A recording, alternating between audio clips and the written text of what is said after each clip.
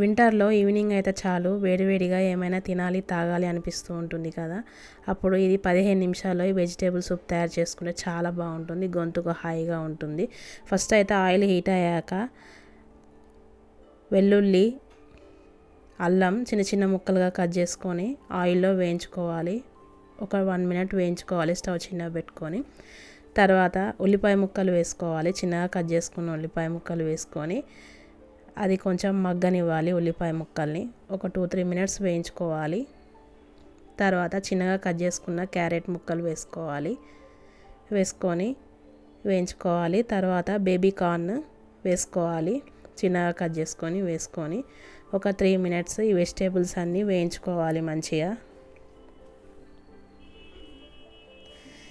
ఇలా వేయించుకున్నాక కొత్తిమీర వేసుకొని వేయించుకోవాలి.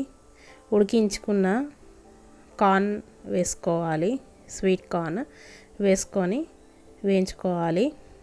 ఇలా ఒక 2-3 మినిట్స్ ఈ వెజిటేబుల్స్ అన్నీ మంచిగా మగ్గనివ్వాలి. ఈ వెజిటేబుల్స్ మగ్గాక సరిపడా వాటర్ పోసుకోవాలి, సూపుకు తగ్గట్టుగా వాటర్ పోసుకొని అది మరుగుతూ ఉండగా కార్న్ఫ్లోర్లో వాటర్ పోసుకొని ఉండలు కట్టకుండా కలుపుకొని ఇందులో నీళ్ళు మరుగుతూ ఉండగా కార్న్ఫ్లోర్ వాటర్ వేసుకొని కలుపుకొని సూప్ బాగా మరగనివ్వాలి.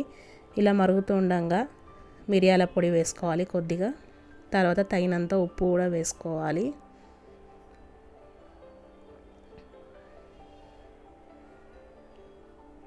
ఉప్పు చూసుకొని వేసుకోవాలి. ఇలా కొద్దిసేపు మరిగించుకోవాలి వెజిటేబుల్ సూప్ని. తర్వాత దించే ముందు 1/2 టేబుల్ స్పూన్ నెయ్యి వేసుకొని స్టవ్ ఆఫ్ చేసేసుకొని వేడివేడిగా తాగితే చాలా బాగుంటుంది. ఈ చలికాలంలో గొంతుకు కూడా చాలా హాయిగా ఉంటుంది ఇలా వేడిగా తాగినప్పుడు.